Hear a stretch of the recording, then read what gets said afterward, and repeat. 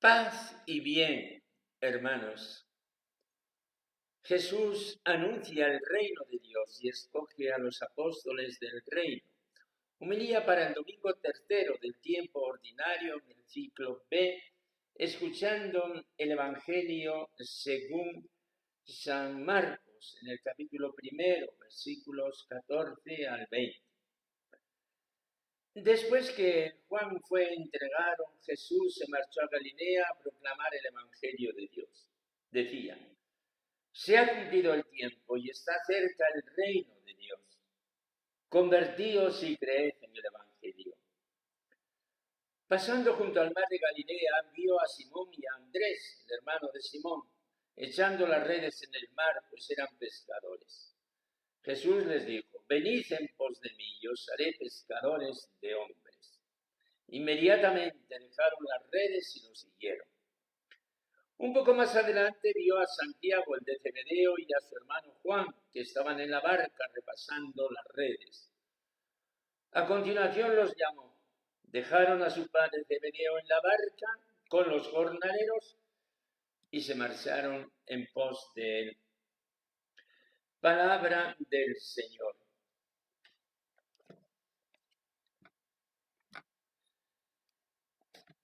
Hermanos, hay tres circunstancias que concurren en este domingo, día 21 de enero. El viaje que está haciendo el Santo Padre a Chile, ya terminado, y a Perú, donde se encuentra ahora. El hecho de que estamos en la Semana de la Unidad de los Cristianos, pidiendo lo que en la cena pedía Jesús al Padre: Padre, que sean uno. Y la tercera y principal, que es domingo, Pascua del Señor, con los textos sagrados que la Iglesia nos presenta en la liturgia. El lema de la visita del Papa a Chile ha sido este: mi paz les doy. Una frase que está tomada de las palabras de Jesús en la cena. El lema escogido para la visita de Perú ha sido unidos en la esperanza, que es igualmente una frase de sabor bíblico. La Iglesia de Jesús vive unida en la fe, en la esperanza y en el amor. En el tiempo que posibilita una sencilla homilía, hermanos, habiendo mencionado estos tres referentes que suscitan fe y amor en nuestro corazón, nos vamos a concentrar simplemente en el Evangelio de hoy. Son palabras que nos llegan como rocío de luz y de esperanza y abren nuestro corazón al misterio permanente de Dios en medio de nosotros. Nunca olvidemos que el tema central de la Biblia es este: Dios es inmanente a la historia humana. Desde la creación del hombre hasta hoy, Dios está con nosotros, en medio de nosotros, en medio del mundo, y lo estará hasta el final. Desde mi fe de creyente en Cristo, puedo abrir mi conciencia para escuchar el corazón de Dios. Es lo que pretendemos en cada homilía. Percibir qué nos está diciendo Dios en este momento de la historia a través de esta palabra sacramental de la Divina Escritura. El Evangelio de hoy, en los breves versículos escogidos, tiene dos partes. El anuncio del reino en labios de Jesús, desde el comienzo de su aparición en público como predicador itinerante, y la elección de los primeros apóstoles junto al lago o mar de Galilea.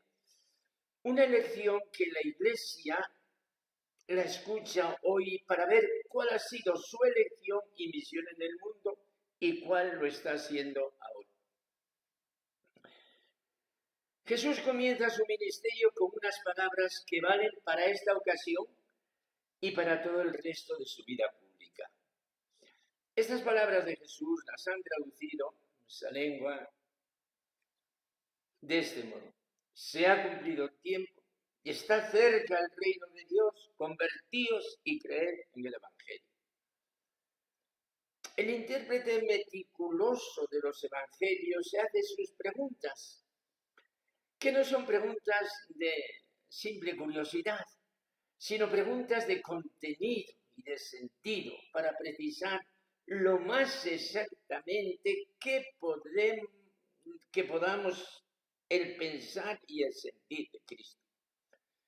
¿No sería mejor traducir el reinado de Dios en lugar de el reino de Dios? Es una pregunta.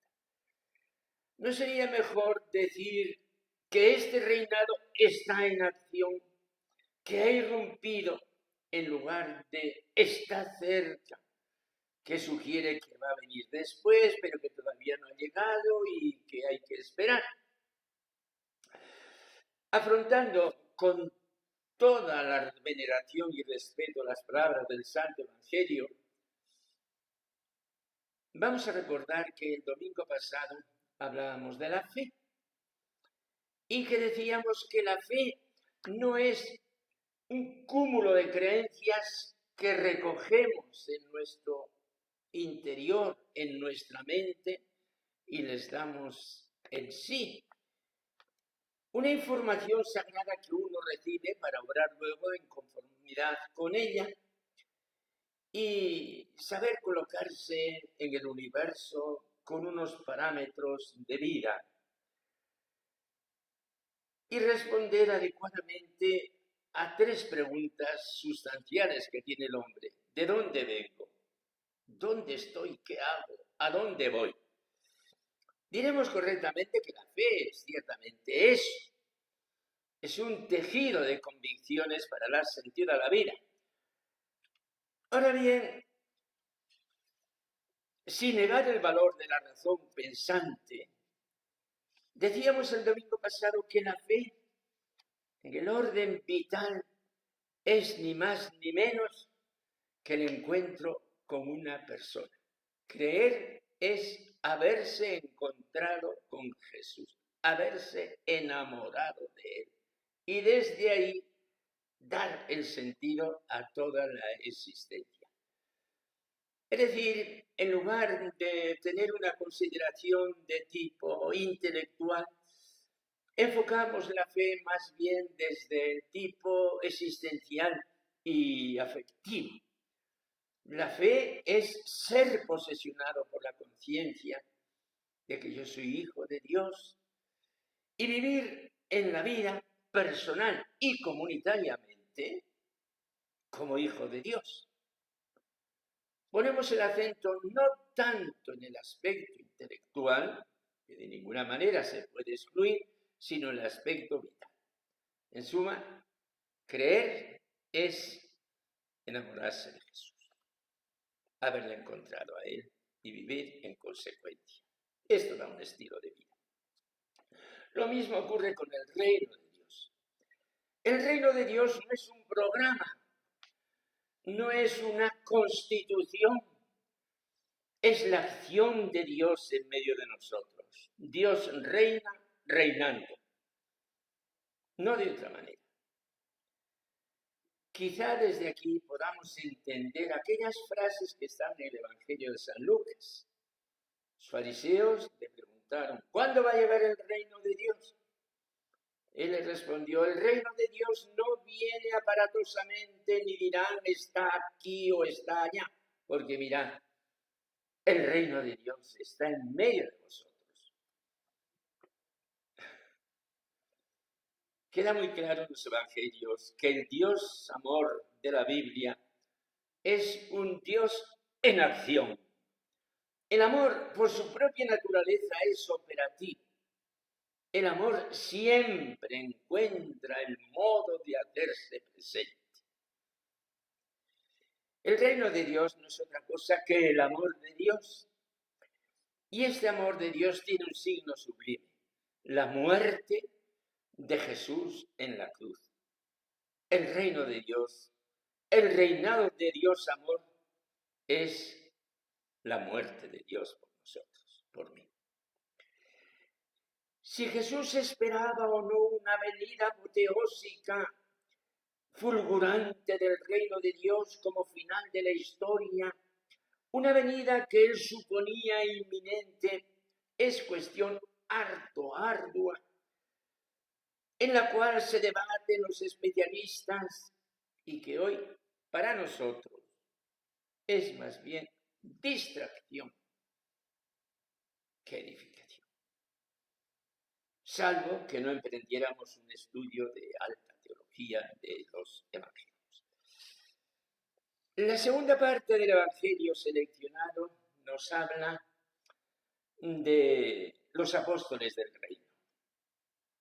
Son trabajadores del lugar, pescadores del lago de Galilea, el lenguaje bíblico, el mar de Galilea, un mar de Tiberíades, y actualmente el lago Kinneret, que significa arpa, por la forma poética del lago, poniendo mucha poesía en las palabras. Aquella llamada es representada como una llamada divina y la respuesta fue la respuesta única del amor. A una llamada fulminante, una respuesta fulminante. Una respuesta total, no a medias, no condicionada, y una respuesta para siempre. Esto es constitutivo en la Iglesia y queda dentro como nota de autenticidad. El discípulo, en este caso, el apóstol, una vez que Dios sale a su encuentro, debe responder así. Una respuesta fulminante, una respuesta total, una respuesta para siempre. Si respondemos así, qué alegría, qué liberación, qué esperanza surge en medio de nosotros. Nada extraño, hermanos, que cuando la Iglesia vocera de Dios llama a un ministro sagrado, se inspire en este paradigma que Jesús nos da en la elección de los primeros discípulos que van a ser sus apóstoles. Señor Jesús, gracias por el don infinito del Evangelio. Haz que nosotros sepamos responder a este don infinito con la entrega total de nuestro amor. Gracias. Amén.